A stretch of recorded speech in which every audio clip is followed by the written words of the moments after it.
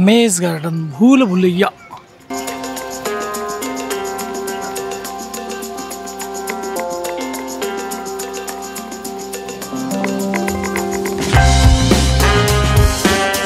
आणि इकडे valley of flowers. चला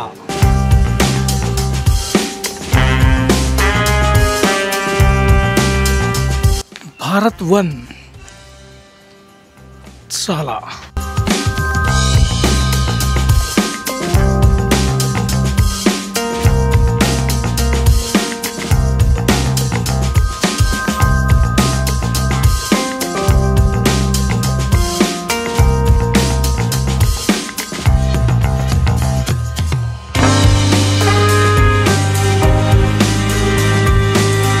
भाई, इकडे लिहिलेलं आहे बटरफ्लाय गार्डन, कॅक्टस गार्डन। मस्त गार्डन मोठं कॅक्टस काढलेलं आहे त्याची। आणि हे नर्मदा डॅम आहे, मस्त आहे गाडी। काही माही लय काही माही आहे इधर क्या है, इधर ऐसा रस्ता आहे। आणि हा इकडे दूरवर भारतरत्न सरदार लोहपुरुष वल्लभभाई पटेल यांचा भव्य दिव्य असा पुतळा आहे।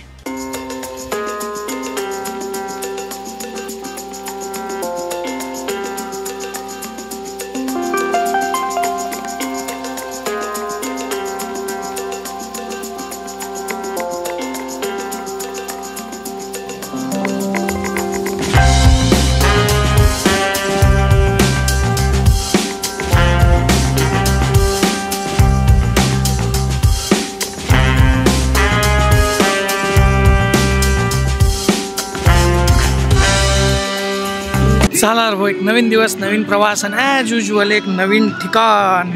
आपण येलाय, तुम्हाला माहीत आहे स्टॅच्यू ऑफ युनिटी। हे माझ्या मागे आहे तो पुतळा सरदार पटेलांचा। तिथं आहे, आता झाली संध्याकाळ, थोड्याच वेळात भाऊ तिथं आहे लेझर शो। तो लेझर शो पाहायला चला थोडीशी वाट पाहू आपण।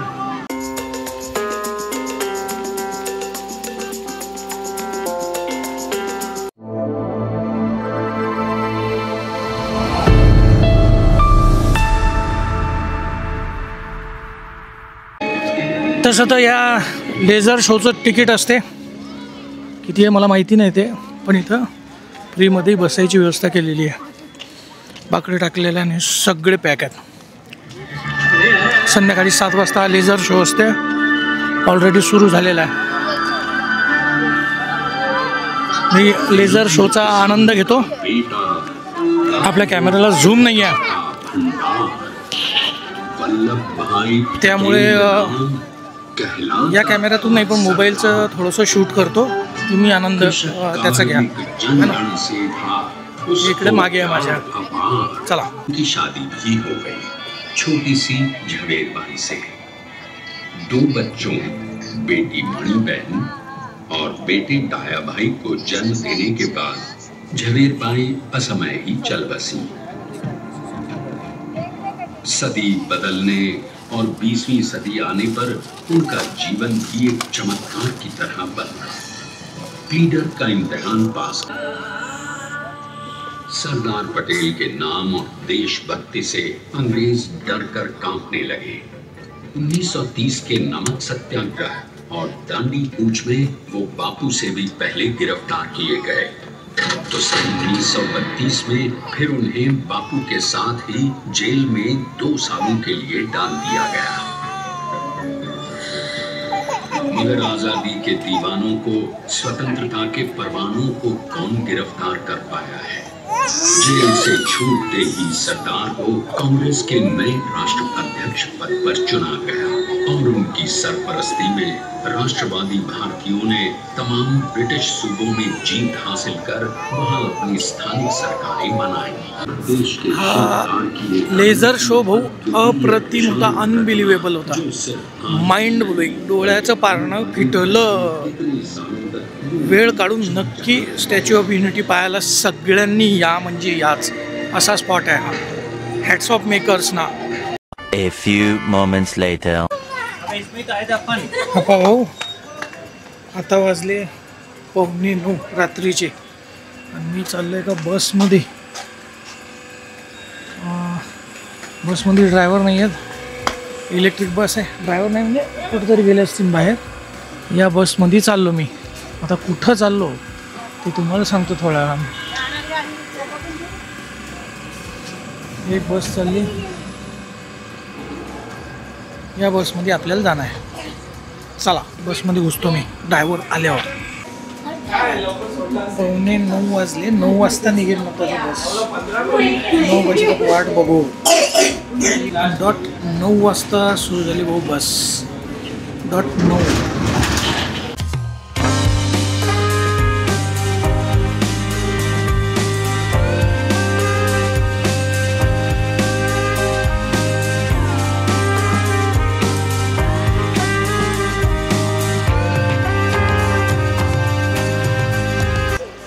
रामोजी फिल्म सिटीमध्ये जसं ग्लो गार्डन आहे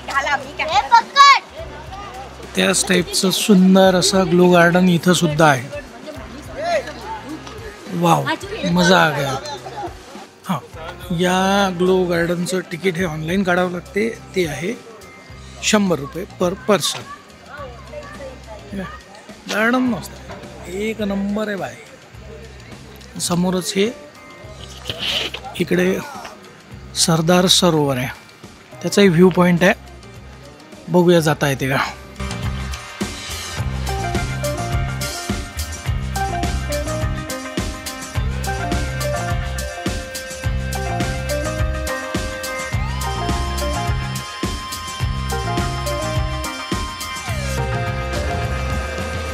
अजून एक हे गार्डन रात्री 10पर्यंतच चालू असते आणि इथून शेवटची बसही ही रात्री 10चीच असते.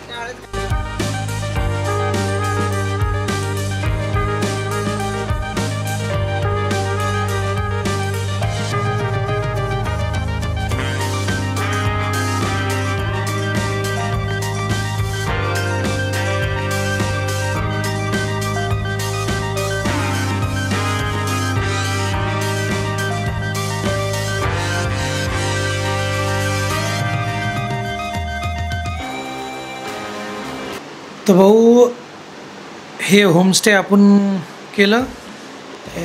हे म्हणजे त्या केवडिया नगर जे आहे तिथूनपासून 4 किलोमीटरवरचा आहे. तो गडी एकता नगर रेल्वे स्टेशन जो मला घ्यायला आला, क्लॉकरूममधून हे माझं सामान घेतलं आणि हे अशी रूम केली. पहिले म्हणे गडी 1500 रुपये, मग म्हणे 1000 रुपये, मग 800मध्ये डन केलं. तर ही अशी रूम आहे. 3 जणांची व्यवस्था होते. इकडे सगळ्यात महत्त्वाचं गीझरही आहे, टॉयलेट बाथरूम है ना. ऐसा है भाई, आरसाही आहे. हा आरशात नाही आहे है ना.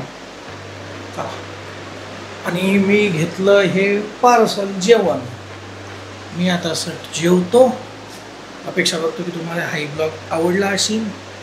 इथं आपलं एकता नगरचं ब्लॉग म्हणजे स्टॅच्यू ऑफ युनिटीची सिरीज संपते. ब्लॉग रेग्युलर येतच राहतील, कारण ज्ञानेश्वर माऊलींनी काय म्हणलं आहे, अवघे विश्वची माझे घर आहे की नाही. राम राम.